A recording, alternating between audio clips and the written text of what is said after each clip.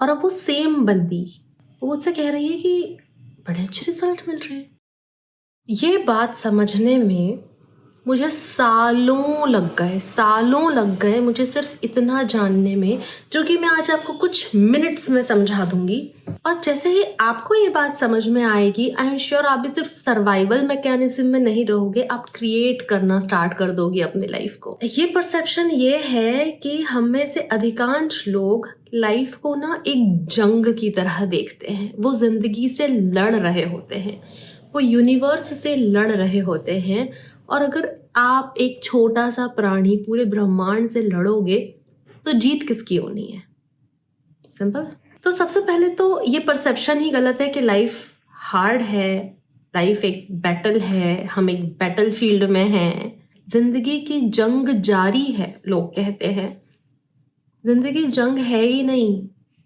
अगर जंग मानोगे तो सच में लड़ना ही पड़ेगा, और अगर गेम मानोगे तो मजे में खेलोगे। तो पहली गलती लाइफ को एक जंग मानना, और दूसरी बात कि अगर लाइफ एक गेम है तो चलो देखते हैं खेलना कैसे है। हर गेम के कुछ तो रूल होते हैं ना। तो आज अपन बात करेंगे कैसे इसे गेम की तरह खेला जाए। रूल्स क्या होंगे आप मुझे कमेंट में लिखकर बताएंगे कि आपने क्या क्या मैनिफेस्ट करा, और अगर मुझे लगा तो मैं एक बीच में चैलेंज भी दे दूंगी आपको।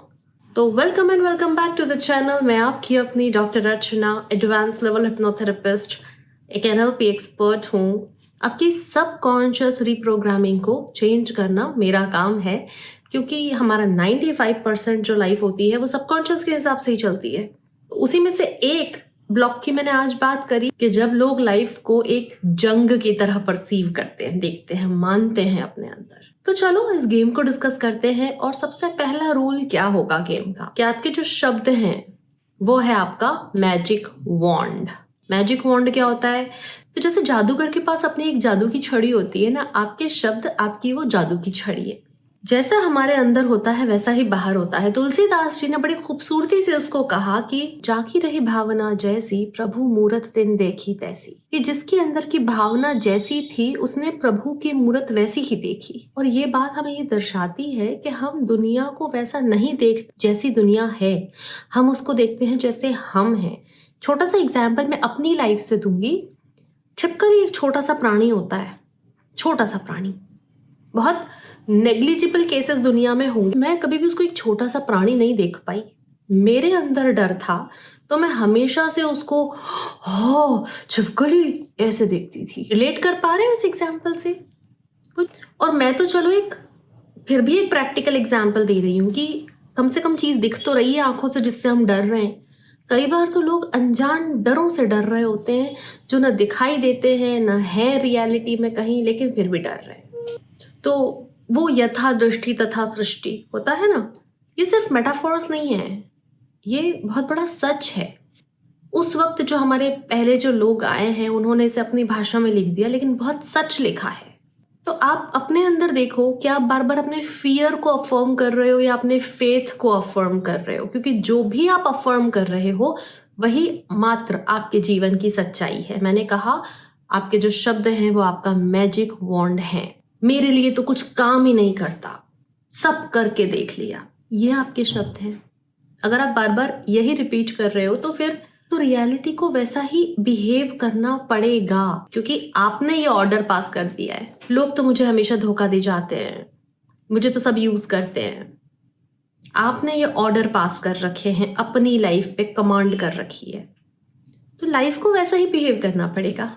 और मैनिफेस्टेशंस और तेजी से होंगे। नेगेटिव मैनिफेस्टेशंस मतलब, अब मैं गुड न्यूज क्या दे रही हूँ, जितना टाइम और एनर्जी नेगेटिव सोचने, नेगेटिव बात करने में जाता है, उतना ही टाइम और एनर्जी पॉजिटिव सोचने में और पॉजिटिव बात करने में जाता है। राइट? आप फियर को भी बोल सकते हो, आप फेथ को भी बोल सकते हो। प्रॉब्लम्स पर बिलीव कर सकते हो तो आप मिरेकल पर भी बिलीव कर सकते हो। और मेरे पास ऐसे बहुत सारे डीएम्स आते रहते हैं जब लोग मुझे बताते हैं, आप ही में से कोई यूट्यूब फैमिली में से ही कोई अपना फीडबैक दे देता है कि मैम आपका ये वीडियो देखा था, अपने ऊपर काम करना स्टार्ट करा, सिर्फ एक ही सेंटेंस को अफर्म करा और हमें ये रिजल्ट्स मिलने लग गए। इसीलिए तो हम 10 के चैलेंज लेते हैं। हाँ, अगर आपको अपने लिमिटिंग बिलीव्स ही नहीं पता है, ये एक छोटी सी प्रॉब्लम हो सकती है, तो अगर आपको मेरी हेल्प की जरूरत हो तो मैं आपसे सिर्फ एक ईमेल और व्हाट्सएप दूर हूँ। कॉन्टैक्ट डिटेल्स आपको स्क्रीन और डिस्क्रिप्शन में मिल जाएंगी। अभी रिसेंट में एक सक्सेस स्टोरी आई थी मेरे पास, यूट्यूब फैमिली से ही आई थी कि हम आपकी वीडियोस देखते हैं, हमने अपने लिए एक अफर्मेशन चुना था, ऐसे ऐसे चेंजेस आए और अचानक से, और हमें एक ऐसी जॉब मिली जिसके लिए अप्लाई भी नहीं करा था। तो उन्होंने हसल नहीं करी, उन्होंने सिर्फ अपनी एनर्जी को चेंज करने पे काम किया। एनर्जी चेंज हो गई, गेम चेंज हो गया। तो फिर मैम सब लोग क्यों नहीं कर लेते हैं? अगर ये इतना ही ईजी है तो फिर हमारे मैनिफेस्टेशंस क्यों नहीं होते? क्योंकि आप मैनिफेस्टेशन को सिर्फ टेक्निक पे टेक्निक फॉलो कर रहे हो, यू डोंट अंडरस्टैंड इट। आप मैनिफेस्टेशन की अंडरस्टैंडिंग, उसका कॉन्सेप्ट नहीं समझ रहे हो।